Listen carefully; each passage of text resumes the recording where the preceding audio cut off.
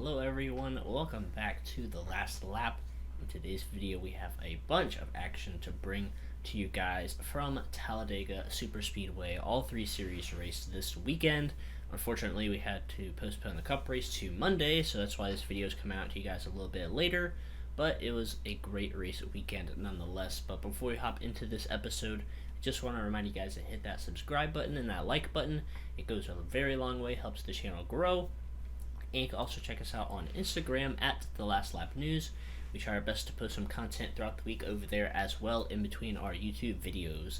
And as always, I have my friend and co-host Matthew on the show. And as most of you guys probably know watching this video, we had 3 first-time winners this weekend. It was an incredible weekend. So Matthew, what do you got to briefly say about the racing this week at Talladega? Well, it was a fantastic racing from all 3 races, even though the Cup Series was rained out. But from the racing that we saw from that race, it was definitely crazy. The truck race was insane. The Xfinity race was action-packed. And the Cup race was really unpredictable with the side-by-side racing, with the rain coming. It was a crazy weekend for sure. Yeah, so we're just going to hop straight into it. I'm going to recap the truck and the Xfinity race first, and then I'll get your thoughts about it. But hopping into the truck series race, so there's a few big crashes, and quite a few playoff drivers were involved in some of those. So there was a big one with 37 laps to go that involved Zane and Chandler Smith that took them out. And then there was another wreck with 19 laps to go that involved, Creed and fingered through a very bad block on Sheldon Creed. And that took out Friesen and Hocevar, those 2 playoff drivers. And then coming to the white flag, Chase Purdy, who's not in the playoffs, came down to block Todd Gilliland and wrecked himself, and that brought out a caution, aka a green-white checker finish. And that finish was absolutely crazy. So I'm going to just tell you this, Matthew. So I said this going after the Xfinity Bristol race. I said we're not going to see anything like that in quite some time. And we did. You said that's in Vegas. So, yeah, I said that after the Xfinity race at Bristol. I was like, we're not going to see anything like that for quite a long time. But we did. And that happened. So, coming out of turn 4, coming to the checker flag, John Hunter Nemechek made a move on Todd Gilliland to pass him for the lead. And then Fogelman, he makes a move on John Hunter to the outside, does like a fake, and then he goes to the inside, gets to the inside of John Hunter Nemechek, absolutely hooks John Hunter, just absolutely wrecks him out of the way, and he would win his first ever race. And then he was coming to the line, and he got wrecked by somebody else coming to the line, and he crashed his truck. And for the second time this year, the winner, he had to go to the infield care center, and his truck/car had to be pushed to victory lane. So that was absolutely insane. Great way to start the weekend there. Like I said, I did not think that would happen anytime soon, but it did. So that was very crazy. I'm not gonna say that was as good as the Xfinity race at Bristol, but I think it was up there. So briefly hopping into the Xfinity race, AJ Allmendinger was involved in a wreck pretty early at the end of stage 1, and then there was a big crash with 25 laps to go involving Noah Gragson. He got hooked. Jeb Burton, I believe, got hooked. No, Jeb Burton hooked. I don't know, Jeb Burton hit somebody, and he came down the track and hooked Noah Gragson in the right rear, sent Gragson into the outside wall really hard, and he was hit by Myatt Snyder and a few other drivers, but those were the 2 playoff drivers involved there. And there was another crash with 12 laps to go involving Harrison Burton and Bradley Herbst. Those 2 playoff drivers got involved, and then unfortunately the race was starting to get dark at the racetrack, and Brandon Brown was the leader, so it was him, Brandon Jones, and Justin Allgaier. When the caution came out, it was between those 3 to see who was in front. Brandon Brown was the leader, and I believe they were 10 laps to go or 8 laps to go, something like that. But NASCAR decided to call the race due to darkness, unfortunately. In my opinion, as much as I loved to see Brandon Brown get his first win, he's a very cool guy, I wish NASCAR would have handled that just a little bit differently. I wish they could have at least done a green-white checker finish, just straight up, and if they wreck, then, same thing applies. Whoever was in front will be the winner. I wish they would at least have tried to do a green-white checkered finish, but I guess it was the drivers were saying it was too dark anyways. So very happy for Brandon Brown getting his first career win, as well as Fogelman. So Matthew, what do you got to say about those two races? Well, the truck race was insane. It was a total wreck fest and a total crazy fest at the end. I mean, it was crazy. I mean, that whole John Hunter Nemechek and Fogelman contact, I think both of them were a fault. I think Fogelman went up a little bit and John Hunter Nemechek went down a little bit and they just touched. I didn't. When I watched it over again, I didn't think he dumped him as I thought he did, but it was still for the win, so I gotta understand. Man, that was crazy at the end. I mean, I never heard of Fogelman the whole time until this race. I mean, he came out of nowhere. That's what these Talladega races do for these underdog stories. And then the 56 truck, who's he again? Tyler Hill? I thought it was Timmy Hill at first. To be honest, I was like, man, Timmy Hill about to win this race. But apparently that was Tyler Hill.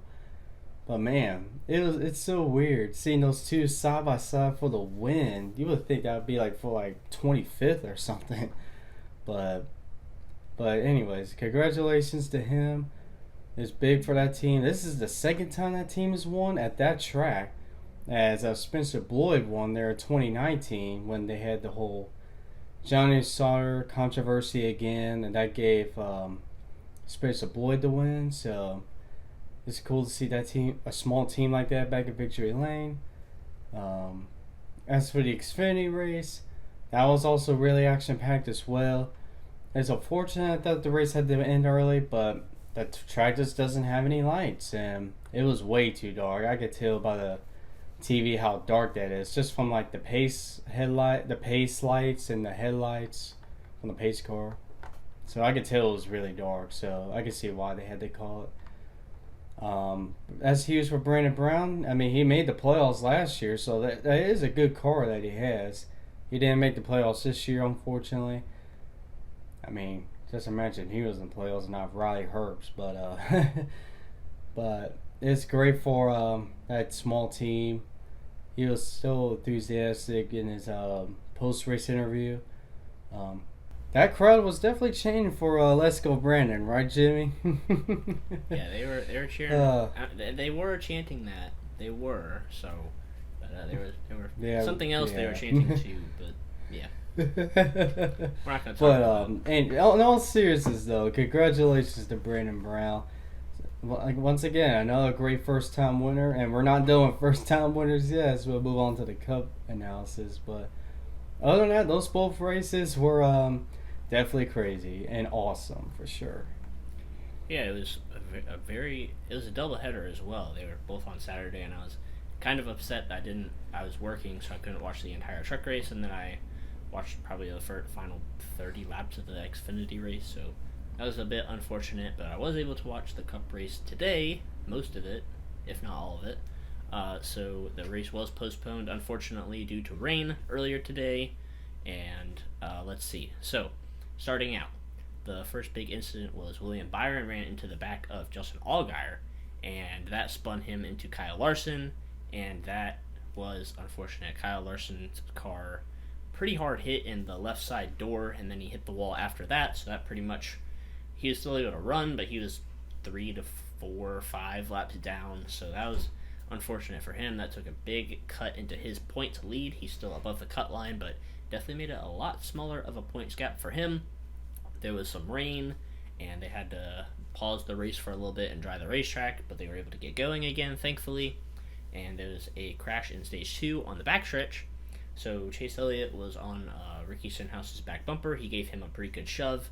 Stenhouse used that same shove to go into Alex Bowman and just couldn't quite square the hit right in the back of Bowman's bumper, and that sent Bowman into the right outside wall, and that collected several cars. It collected Kyle Busch and Martin Truex Jr., those two playoff drivers. They were still able to continue, and Martin Truex Jr. was able to, he was like fighting for the lead like 20 laps later. I was like, what the heck, how did he do that? But they would still be able to continue. And then there was a caution with a few laps to go in stage 2.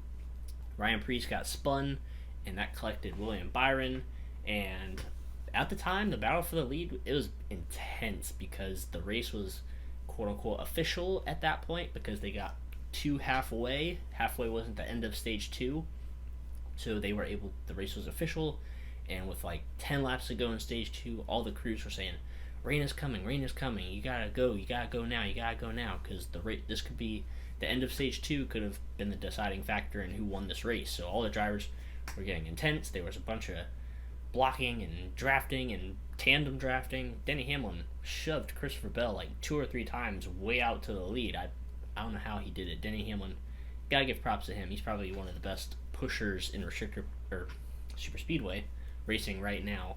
Trying to think of everything that happened. So Bubba Wallace got himself to the lead, and he was trying to block Joey Logano and Brett Keselowski. They were in each lane. He was trying his best to block all of them. He was in the lead when the caution came out. They brought the field down pit road, and after, I don't know, maybe 30 or 45 minutes after they brought the cars down pit road, they declared the race official, and Bubba Wallace would win his first ever career NASCAR Cup Series race. So that was really good for him. I'm very happy with how that turned out for him.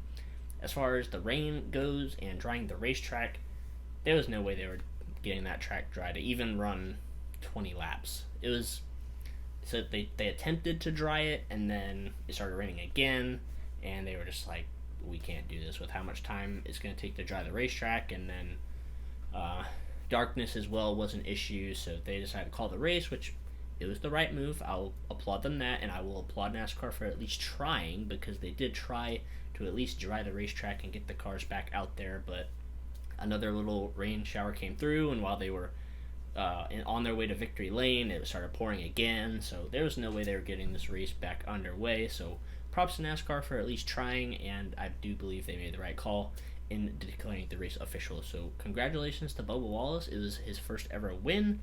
Very cool for him after everything he's gone through the past few years. He's been in several different rides. Joins a new team this year with Denny Hamlin and Michael Jordan. The expectations are really high, but he finally ends up getting his first career win this year. So Matthew, that's the Cup race, and what do you guys say about everything that happened? Man, oh man, it is so nice to see Bubba Wallace win.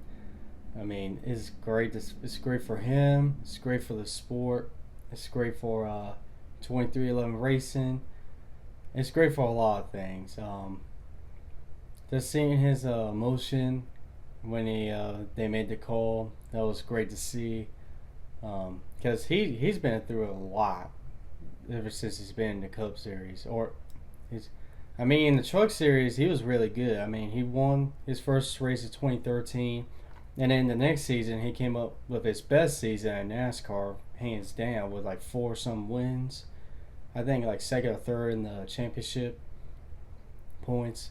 So that was his best season. And then it seemed like after that season, things have been went on a downhill for him. Like, he moved up to Xfinity, but it was in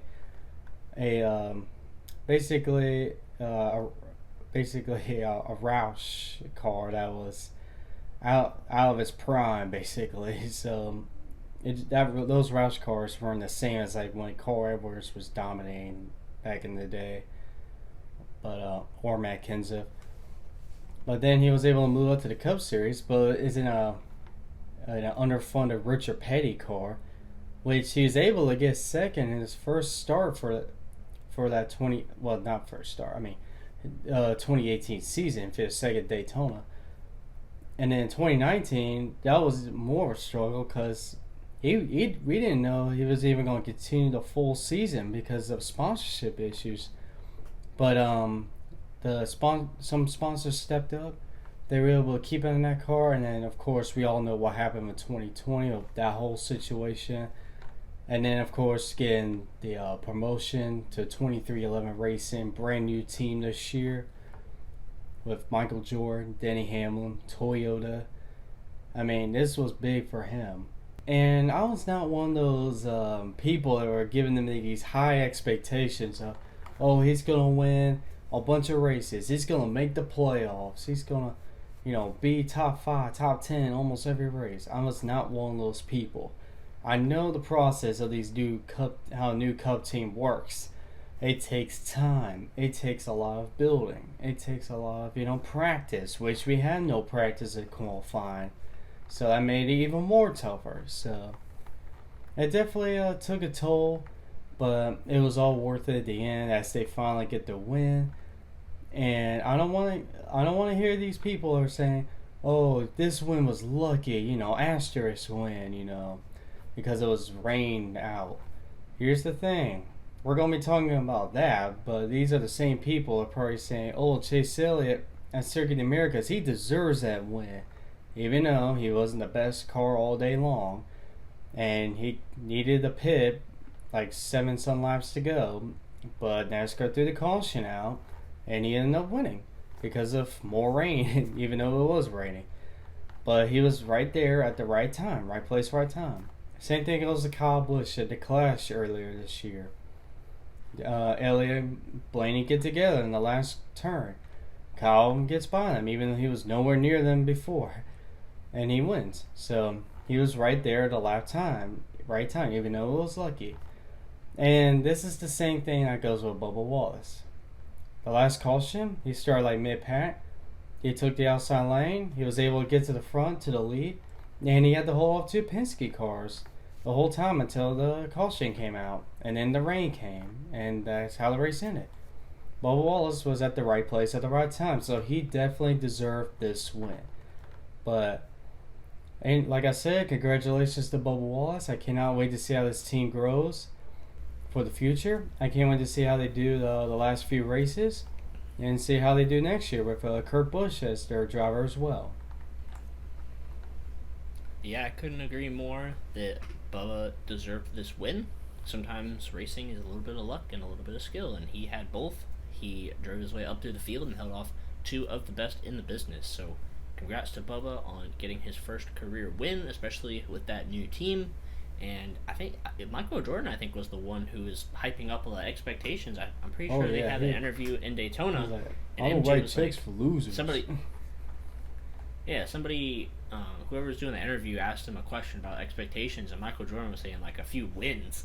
And then he was like, whoa, like we gotta calm down a little bit. Like that's not how it works. But it's great to see him get his first career win with that organization in their first year together. But I'm going to go through the top 10 very quickly. So Bubba obviously got the win. 2 Penske teammates and Brad Keselowski, Joey Logano finished 2nd and 3rd. Kurt Busch, Christopher Bell finished 4th and 5th. They were up at the front mostly throughout most of stage 2 there. They were leading back and forth at several points throughout that stage. Great run for them. Chris Buescher 6th, Denny Hamlin 7th, Kevin Harvick 8th, Eric Jones 9th, and Anthony Alfredo 10th. Anthony Alfredo? Where did he come from? The fast pasta or whatever they nicknamed him finally got a top 10. Good old Alfredo sauce.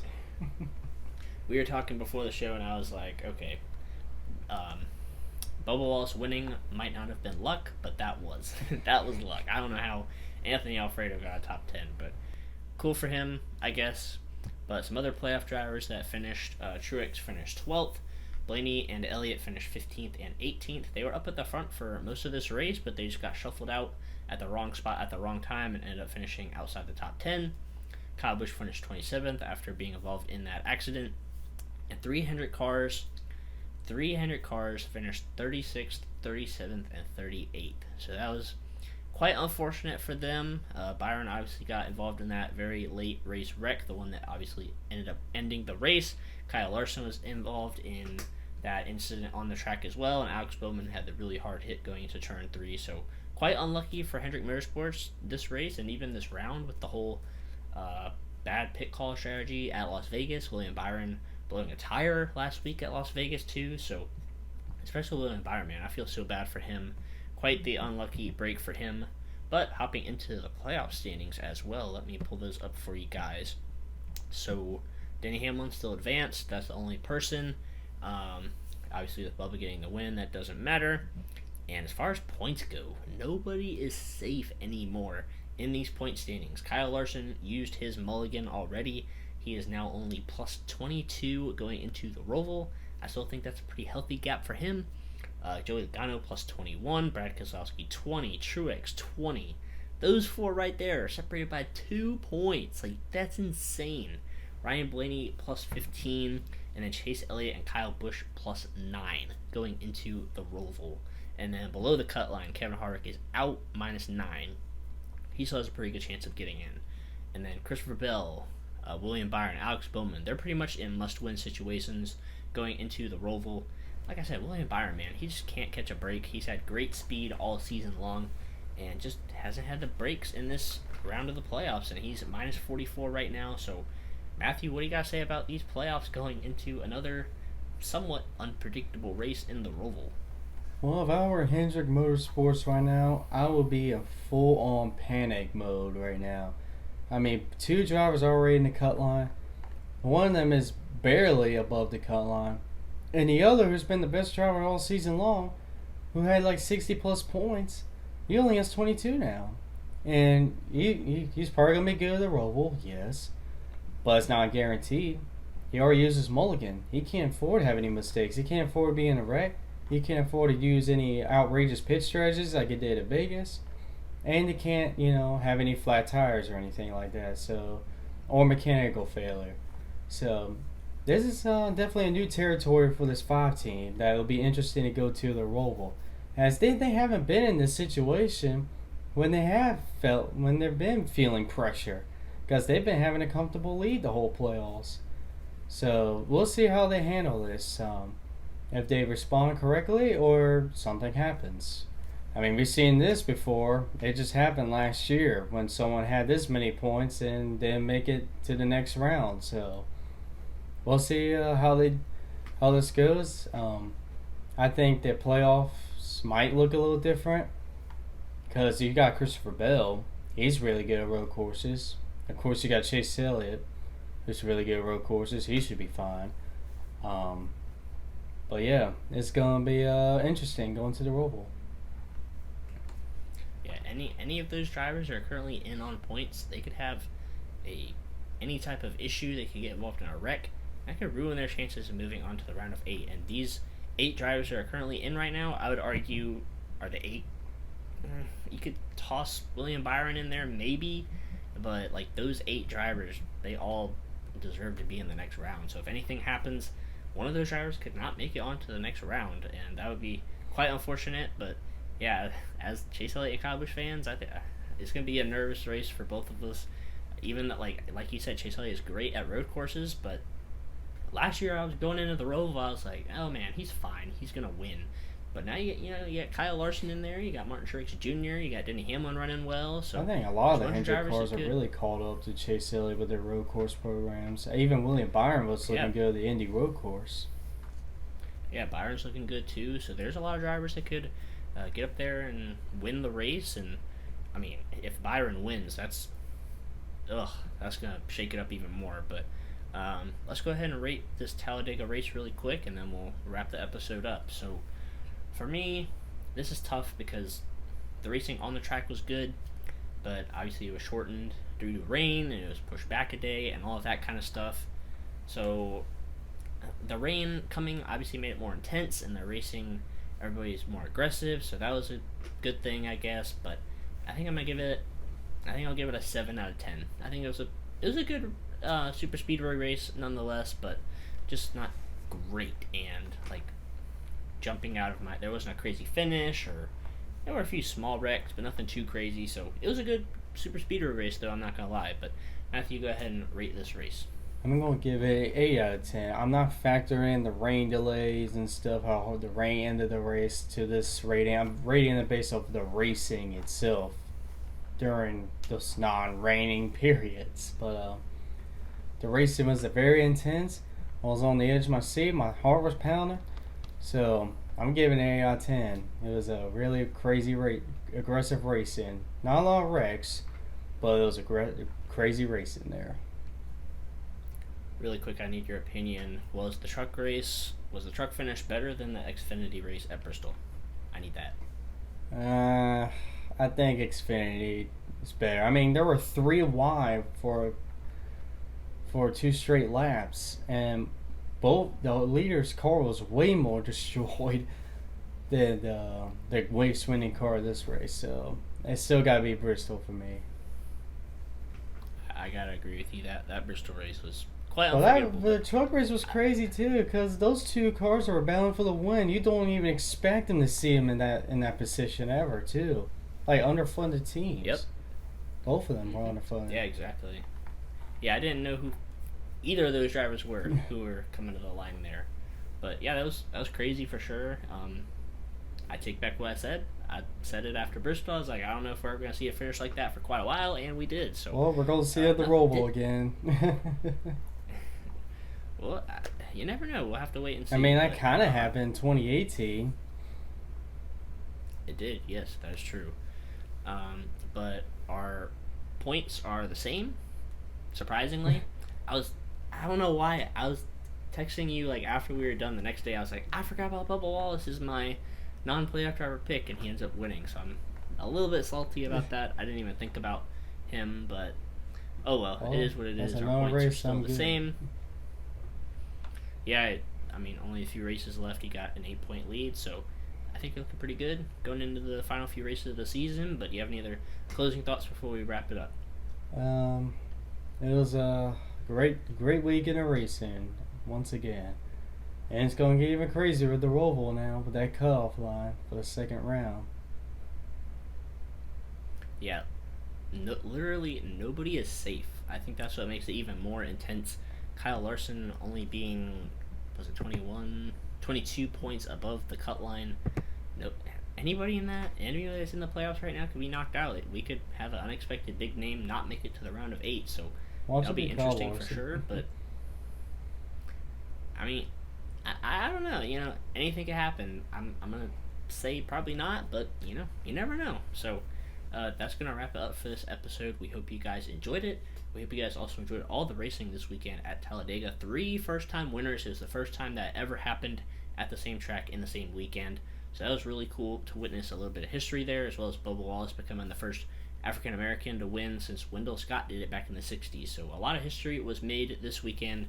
It's really cool to see all those first-time winners get the win.